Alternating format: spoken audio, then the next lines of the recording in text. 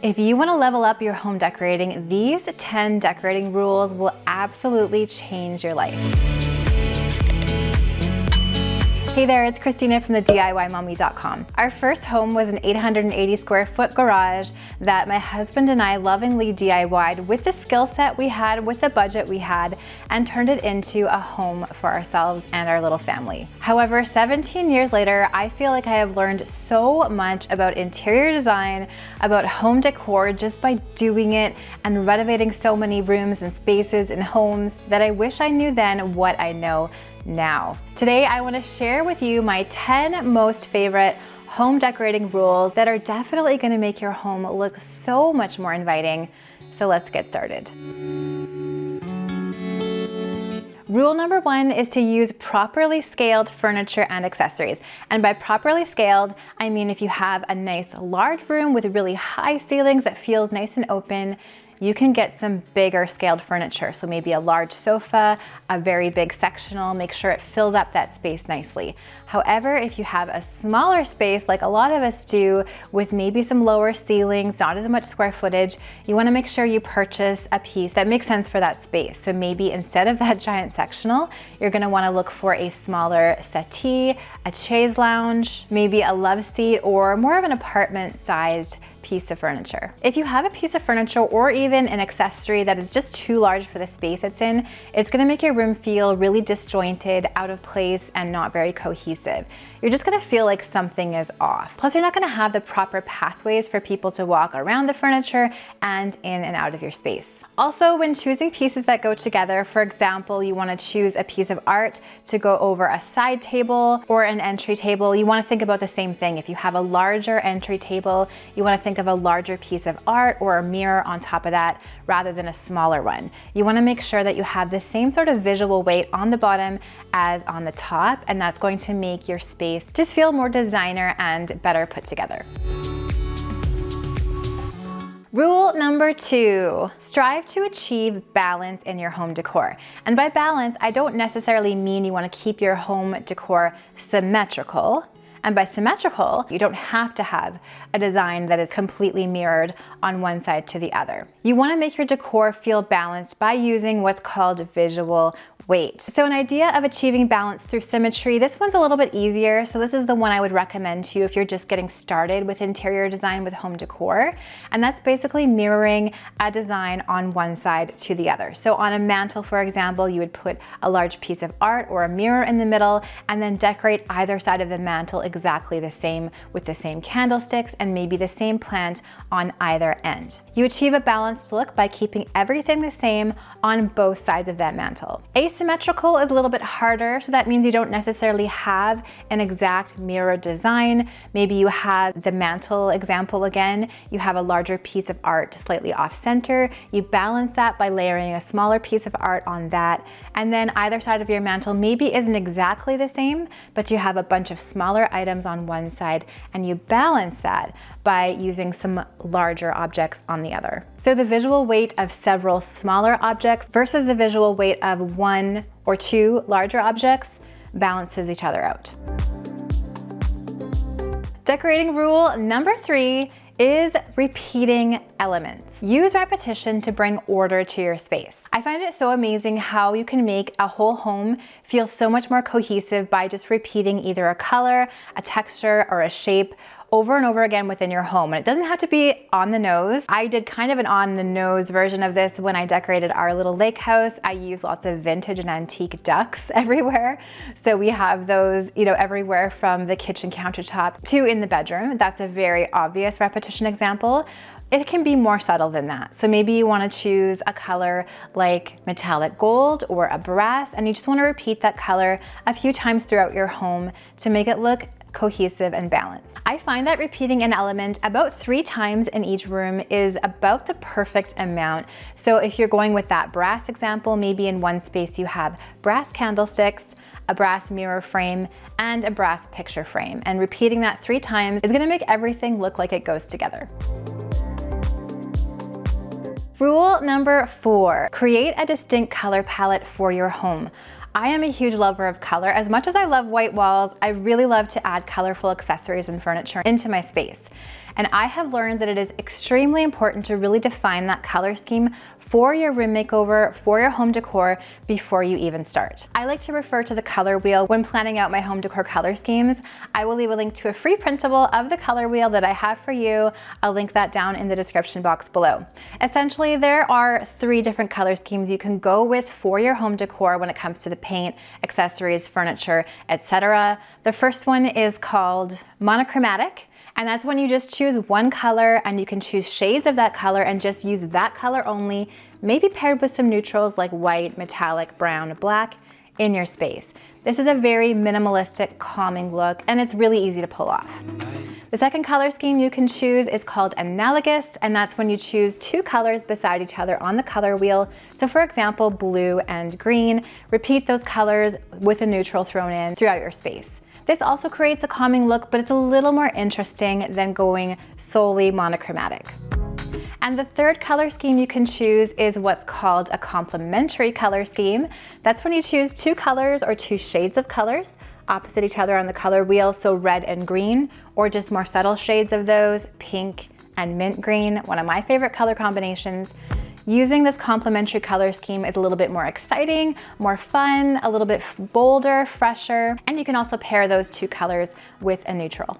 I also love this trick. It's called the 60-30-10 rule, where if you're using 3 colors or 2 colors and a neutral color, you choose a dominant color to use in about 60% of your space. So usually I would choose a neutral like white walls, for example, and then choose a secondary color to use in 30% of your space. So maybe I want to use some green, like these green appliances in our tiny lake house.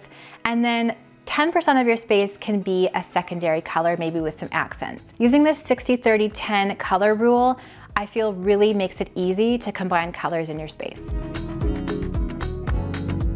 Rule number 5 is use an abundance of textures. I feel like this is usually the one thing that's missing when people are finished their space and they don't really know kind of why it isn't feeling cozy or inviting. It's usually because there's a lack of texture, especially if you go for more of a neutral or monochromatic color scheme. You want to add a variety of textures in your textiles, in your furniture, maybe even in your wall coverings, just to give your space more interest. So some textures you can look for are smooth textures like metal and glass. You can look for bumpy textures like woven baskets, like nubby blankets. Go for furry textures like a faux fur blanket, a faux fur pillow, and then maybe even some rough textures like some wood or some stone. And if you add all of these together, you're going to create this very interesting, cozy, enveloping feeling space. What I like to do to see if I have enough color and interesting texture in my space is create what's called a mood board. So you can use a program like Photoshop, or you can use a free site like Canva to create a mood board, just a little graphic. You can make a square one, pull in the paint colors that you might want to use, the accent colors, and then just copy and paste photos of maybe some furniture and accessories you want to use. Pull it all into this image, and when I pull everything in there, I usually see if there's maybe a lack of texture or a lack of cohesion with the colors, and then I know how to keep going with my room makeover and maybe if I need to source some different items. Speaking of mood boards, I am so excited. I launched my first mini course and template pack. So I have a whole template pack of Canva mood board templates for you. Plus I have a little mini course on how to start your Canva account, how to create your mood board, how to source items for your space, and how to pull everything together in one graphic. I think creating a mood board is the best first step you can make to creating the room makeover of your dreams. So this was an idea that I've had for the last few years to put together this template pack and this mini course because so many people have been asking, how do you do your mood boards? Well, I want to show you, I'm going to walk you through it. You're going to get templates sent to you by taking this mini course and grabbing these templates. You're going to really easily start putting together that mood board that's going to launch you into the room makeover of your dreams. So I will leave a link to that down in the description box below, and let me know what you think. Decorating rule number 6 is establish a clear focal point. This has been a fault of mine in the past because I do love decorating, I do love stuff, I do love interesting aspects to a space.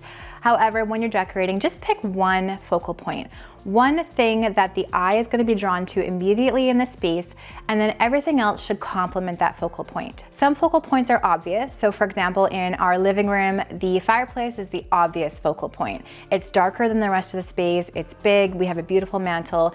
So that's where I want to decorate first, and I want everything in the space, the furniture, the rug, the accent pieces, to really complement that fireplace and not take away from it. If I had another piece of giant dark artwork in the space, it might make it a little bit confusing to know where to look first, second, third, etc. In some rooms, there's not really an obvious focal point yet. So then you, as the home decorator, have the task of making one. So whether you do it with a big piece of DIY artwork, maybe with some statement drapes that are very floral or have an interesting color or pattern to them, there's lots of ways to create that focal point in a space to really draw the eye. Home decorating rule number 7 is make sure you lay out your space first before you even touch it. And by that I mean it's a really good idea to put together a floor plan for your space. It doesn't have to be fancy. You can just do it with a pencil and some graph paper. You can print out free graph paper online. Just Google free graph paper printable. Or you could even use a program like floorplanner.com. That's the one that I recommend if you are new to using the computer to design spaces, or if you want something that's a little bit more tricky, but there's a lot more options to it, I use sketchup.com. So floorplanner.com, a little bit easier, sketchup.com, a little bit harder, but has more options. When you design your floor plan first, and I mean lay out your room, the dimensions of it, put the furniture that you want in there with the same dimensions as the furniture on your mood board, you're gonna see if it's gonna work or not. And so many times, I have not laid out a room, and in my mind, I know the dimensions of the room, and I purchase things and they're the wrong scale for the space. Or I don't leave enough room for walkways in the space. So if you lay it out first on paper or on the computer, that's going to save you so much hassle later on. As you do this layout too, it's going to help you nail down maybe the focal point for your space, what it is or what you can put in, the pathways that people are going to use, maybe where you want to place a conversation area in the room, where maybe you want to put some appropriate lighting in the space if you know where people are sitting, where could you put a floor lamp, and the appropriate seating for your room. So whether it's a large sofa, small sofa, a set of accent chairs, etc. Rule number 8 is source from a variety of places. And what I mean by that is don't just go to a big box store and have a look at their showroom and buy the set of furniture and plunk it in your space. That's gonna make your space just look like a big box store. So a way to make your home look a little bit more unique, more designer, more collected is to look at a variety of different unique sources when finding the furniture, the accessories, and all those little things you want to add to your space. So of course you can go to a big box store, buy a piece or two from there, but don't forget to look at the thrift store. Think outside the box, think about if you could paint something or restore something. Go to garage sales, go to antique stores, look on Facebook Marketplace, pull all of those pieces or photos of those pieces onto your mood board, see how they kind of converse with each other and match, and then go from there. That's gonna give your home this more collected look, just more interesting, and so much more unique to match your personality. Home decorating rule number 9, the little details can make a big difference. So those little things that you might not really think about or you just don't take enough time to choose, like the little knobs on your cupboards, your doorknobs, hinges, smaller accessories, hooks on your wall, those can really add to your space. So think about that rule about repetition, right? If you wanted to make your home feel more cohesive, choosing brass colored knobs, for example, to tie in some brass colored accessories in the rest of your home is gonna make your home feel more cohesive, more high-end, and better designed. Rule number 10, and this one is so important, this one can go poorly if you don't actually follow it, is make sure that you sample paint in your room. Don't just choose paint, buy the paint chip.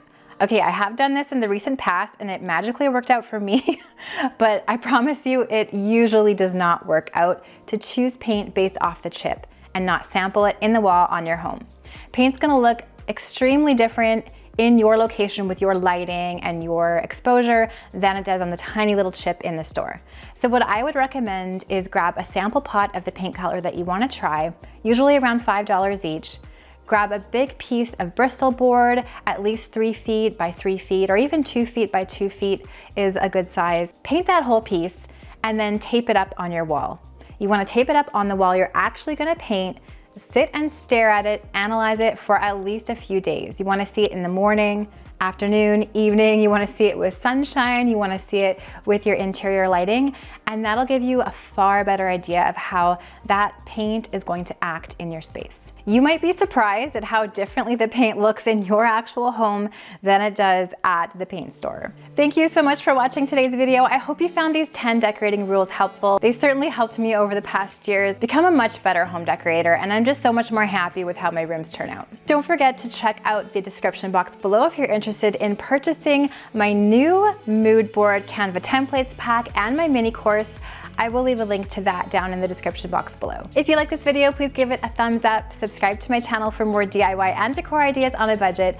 I'm gonna leave some more videos that I hope you will enjoy watching next, right up here.